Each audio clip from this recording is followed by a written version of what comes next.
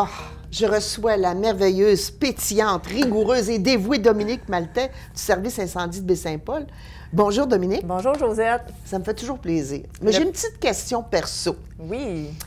Comment vis-tu ton travail de capitaine, parce que tu as été nommé récemment capitaine, donc ouais, tu as eu un grade de plus dans un milieu d'hommes? Bien, premièrement, c'est un honneur pour moi de recevoir ce grade-là officiel. Tu parles de femmes dans un milieu d'hommes. Pour moi, le plus loin que je peux me souvenir, écoute, j'ai souvent joué avec des garçons. Je ne sais pas si c'est parce qu'ils étaient plus sportifs ou plus sujets à faire des activités là, qui me challengeaient. Oui, c'est ça. Puis exactement. Qui t'apportait de la joie. Exactement. Ouais. Fait que c'est ça. Puis, tu sais, ça a continué tout le long de mes études, mes passions aussi. Tout ce que j'aspirais, c'était devenir pompier. Donc, c'était définitivement dans un milieu d'hommes. Puis, ça n'a jamais été quelque chose qui m'a arrêté ou qui m'a même fait questionner. Puis aujourd'hui, bien, je peux dire que peu importe le contexte, même s'il y a plusieurs présences d'hommes, c'est pas quelque chose que je remarque ou qui fait que... Je sais qu'il y a Mme Uriel qui fait partie de votre équipe. En plus, on est rendu 3 officiellement là, dans le service incendie, 3 femmes. Donc, plus ça va, plus on prend notre place. Uriel qui a eu justement là, réussi son examen de pompier 1. Cet été, on a engagé Alice, qui est une femme aussi qui étudie pour être pompier. Donc, elle est toujours aux études, vient durant ses temps libres. Là, elle a une maison ici à Baie-Saint-Paul avec ses parents. Donc, on est présentement à 3 et écoute, qui sait dans le futur là, si on ne sera pas plus? Peut-être que grâce à une journée comme Porte ouverte, vous avez fait ça très récemment. Oui. C'était quoi l'objectif exactement? Bien, écoute, tu sais, le ministère de la Sécurité publique, à chaque année, durant le mois d'octobre, lance la semaine de la prévention des incendies. Donc, cette année, c'était du 6 au 12 octobre. Et nous, au niveau du service incendie, on a décidé d'ouvrir justement la semaine officielle avec notre fameuse porte ouverte. Donc, on peut venir visiter, comme ça m'est déjà arrivé d'aller visiter la caserne, de voir comment vous êtes organisé, les camions, votre matériel. Bien, on avait plusieurs raisons. On avait des pompiers qu'on voulait honorer par les services, là, les années de service, d'ancienneté au sein du service incendie. On avait aussi le fait qu'on a agrandi la caserne. On a apporté là, quand même des modifications majeures là, au bâtiment. On a eu aussi l'agrandissement de la caserne. Donc, on voulait montrer ça aussi aux citoyens, aux gens de Baie-Saint-Paul. Et comme je te disais, bien, c'était le lancement officiel là, de la semaine de la prévention incendie. Fait qu'on avait plusieurs plateaux là, afin de sensibiliser les citoyens à la prévention incendie. On avait des kiosques d'information, des jeux pour enfants. On avait, comme je te disais, des plateaux plus concernant le côté opérationnel d'un service incendie, l'appareil respiratoire qui est toujours aussi là, très intéressant. Autant les jeunes et les moins jeunes qui pouvaient endosser, mettre l'habit de combat, puis voir le facial. Vous en avez du poids sur les épaules, c'est le cas de le dire. Exactement, vraiment filé. C'est quoi un équipement complet là, de protection individuelle d'un pompier, le poids que ça représente.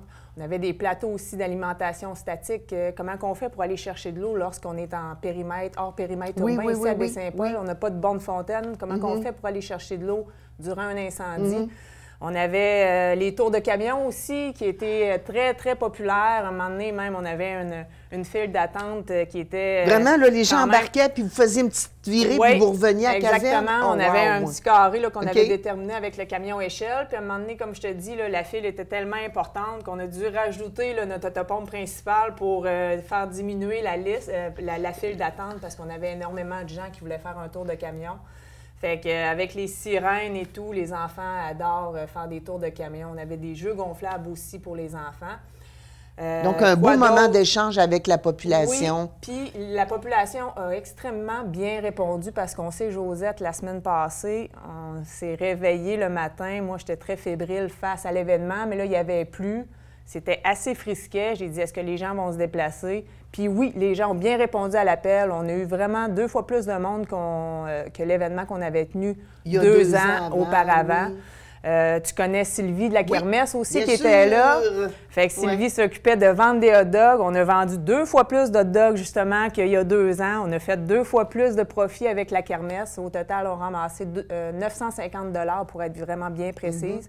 qui vont aller justement redonner à des organismes ici dans la région. Tout à fait. Donc, bref, une super belle journée. Encore une fois, là, je remercie la population d'avoir répondu à l'appel. Puis, dans 2 ans, on va se revoir. Parce que mois d'octobre, je me confesse, mois d'octobre, c'est le temps de regarder. Hein?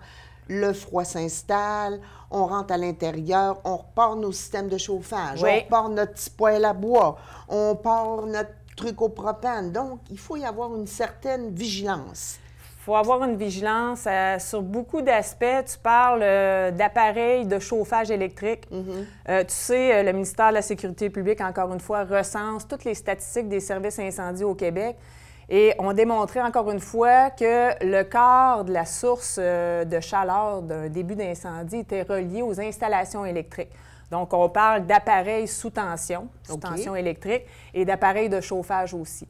Donc, tu parles, l'automne arrive, on va repartir le chauffage. Donc, c'est très important de toujours vérifier si, premièrement, il n'y a pas de matières combustibles qui sont pris dans les plaintes. Exactement. Tu sais, des fois, on a des enfants, est-ce qu'il y a des jouets qui s'est vraiment coincés là, dans les plaintes électriques? Est-ce qu'on dégage aussi ces plaintes électriques-là de tout ce qui est matière combustible? Les rideaux, il faut dégager ça au moins de 15 cm de la plainte électrique. Donc, vraiment s'assurer de faire un petit ménage de ce côté-là. Puis écoute, Josette, il y a tellement de facettes qu'on pourrait aborder là, en prévention incendie, mais si on s'attarde vraiment juste à l'automne, on parle de aussi repartir les appareils à combustion. Oui. Est-ce que vous avez fait ramoner votre appareil à combustion? Est-ce que vous avez de la détection de monoxyde de carbone aussi qui est dans l'endroit où l'appareil à combustion est présent dans votre maison? Parce qu'on sait, monoxyde de carbone, c'est un gaz inodore, incolore, donc on le sent pas, on le voit pas.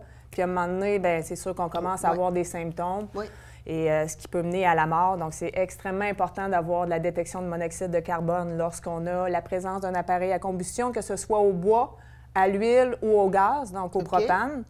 Et aussi, bien, on préconise l'extincteur portatif. Bien sûr. Portatif. Ça, on devrait tout avoir ça dans notre maison parce qu'on ne sait jamais. Moi, ça m'est arrivé d'avoir une surtension dans un appareil, puis une chance que j'avais vu des reportages, j'ai agi de la bonne façon, mais ça prend des outils minimaux, puis ça empêche une catastrophe souvent, là, hein? C'est ce qu'on dit souvent lorsqu'on fait des visites dans les maisons, puis même moi dans les commerces.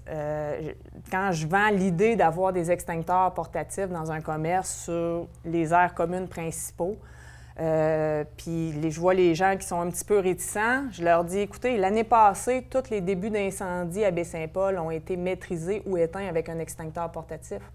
Fait que oui, c'est peut-être, on trouve ça plate de dépenser une centaine de dollars pour un extincteur portatif, mais lorsqu'il est fonctionnel, inspecté, qu'on sait comment l'utiliser, ça fait vraiment le travail.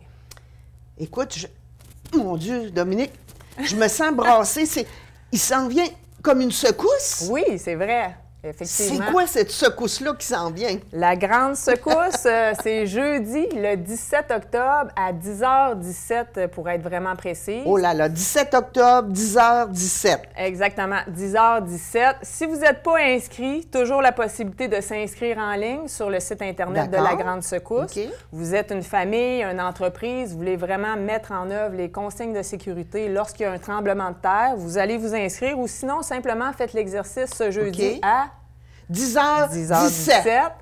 Fait que les 3 choses à faire, Josette, s'il y a un tremblement de terre... D'abord, ne pas paniquer. Très bonne chose. Ensuite, de me mettre à un endroit où rien ne pourrait me tomber sur la tête, probablement. C'est sûr que... Est-ce que sortir du bâtiment, c'est la meilleure solution? Non, c'est pas nécessairement la meilleure solution. Là, on parle vraiment lorsqu'il y a une secousse. On parle d'un tremblement de terre qui va durer environ 30 secondes. Donc, les actes à poser, premièrement, s'abaisser au sol. OK. Hein, ça commence à trembler, on s'abaisse au sol. On va s'abriter en dessous d'un meuble. On sait qu'un meuble, ça doit quand même être assez solide, hein, parce que pour éviter que les choses, les objets nous tombent dessus. Et on s'agrippe. Donc, s'abaisser, s'abriter et s'agripper pendant tout le temps de la secousse. Ça, c'est vraiment les 3 choses à faire. Sinon, pour la suite des choses, bien, on préconise encore une fois d'avoir une trousse d'urgence, une trousse 72 heures. Et on sait ici, on en parlait en entrée de jeu là, ensemble, dans Charlevoix, on est quand même une zone, une région plutôt qui est très... propice pour les tremblements de terre. Oui, c'est ça. Au Québec, il parle environ de 450 activités sismiques par année. Fait que, tu sais, il y en a quand même beaucoup. Fait que de là l'importance d'avoir une trousse d'urgence qui est bonne pour les tremblements de terre, mais on le sait, Josette, qui est bonne aussi en cas d'inondation. Ah oui, on l'a vécu il n'y a pas tellement longtemps. On l'a vécu il n'y a pas tellement longtemps. Ouais. Des catastrophes naturelles, on en voit, puis je pense qu'on va en voir encore de plus en plus. Comment je peux me prendre en charge pendant 72 heures avant de me retourner vers la ville, puis ce qu'elle pourrait mettre en place là, de mesures? Bien, au moins, je suis capable d'être autonome de l'eau. C'est ça.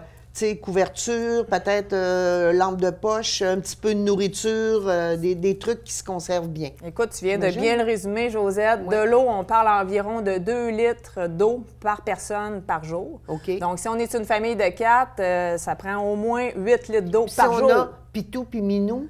Pitou puis Minou, bien, c'est sûr, c'est pas la priorité, mais... on peut prévoir un lit. On peut prévoir peut-être pas un lit, mais de l'eau puis de la nourriture, effectivement. Oui, okay. La nourriture non périssable, pour ouvrir justement ces cannes, parce que souvent on retrouve ça dans des cannes, ça va prendre un ouvre-canne aussi. Traditionnel. Traditionnel et pas électrique, parce que justement, on n'est pas sûr qu'on va avoir de l'électricité. Non. Ensuite, radio à pile, encore une fois, pas électrique. La parce bonne que radio à pile. on ne tient pas compte qu'on a d'électricité. Puis probablement, dans une situation d'urgence où on n'aura pas d'électricité, le meilleur moyen où les gens vont essayer d'informer les citoyens, bien, ça va être avec la radio. Fait que radio à pile, avec des piles aussi de recharge, hein, puis qu'on doit vérifier au moins une fois par année, tout ça. Là. Les cannes, il faut que tu vérifies que tes cannes ne soient pas périmées. Oui.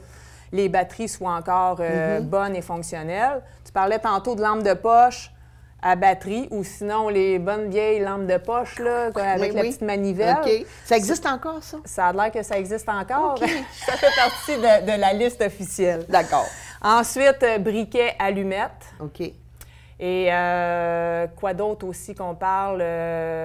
C'est trousse de premiers soins. Hein? Trousse de premiers soins. On ne sait pas, tu sais, lorsqu'on va savoir abaisser, abriter et agripper en dessous d'un meuble, est-ce qu'on va être intact? Est-ce qu'il y en a des membres de notre famille qui vont avoir des blessures quelconques? Donc, trousse de premiers soins, très importante. Pour les gens qui ont des médicaments, là, tu sais, comme moi, là, par exemple, malheureusement, je suis rendue là, bien, est-ce que je pourrais pas me mettre un petit... Parce que moi, j'en ai toujours en surplus un peu que j'ai à un endroit. Si jamais je me retrouve coincée, j'ai mal à regarder mes renouvellements, est-ce que ça serait bien d'avoir ça aussi? C'est très bien. On parle de trousse de premiers soins, mais vient aussi les médicaments sur une base régulière aussi que tu as besoin. Bien, c'est sûr qu'il faut prendre ça en considération puis l'inclure dans notre trousse de premiers soins. Dans notre trousse, je veux dire, d'urgence 72 heures, qu'on va mettre dans une place qu'on va premièrement se souvenir. Hein? Oui, ça, c'est vrai. Oui, c'est un bon point, et ça, une bonne place qu'on sait qu'il ne sera pas assujetti à l'effondrement de plusieurs objets puis que finalement, on n'y aura pas accès. Exactement. Ouais, okay. Fait que c'est tout ça qui, encore une fois, on vérifie une fois par année pour s'assurer que tout est correct, que tout est bon et potable. D'accord. Mais c'est merveilleux. Merci, Dominique, d'être venue. Ça a été fort agréable. Et nous avons été chanceux parce que Dominique étant de garde, elle aurait pu être obligée de partir subito presto pour un appel d'urgence. Alors, super, Dominique. Merci d'être venue. Merci beaucoup, super, Josette.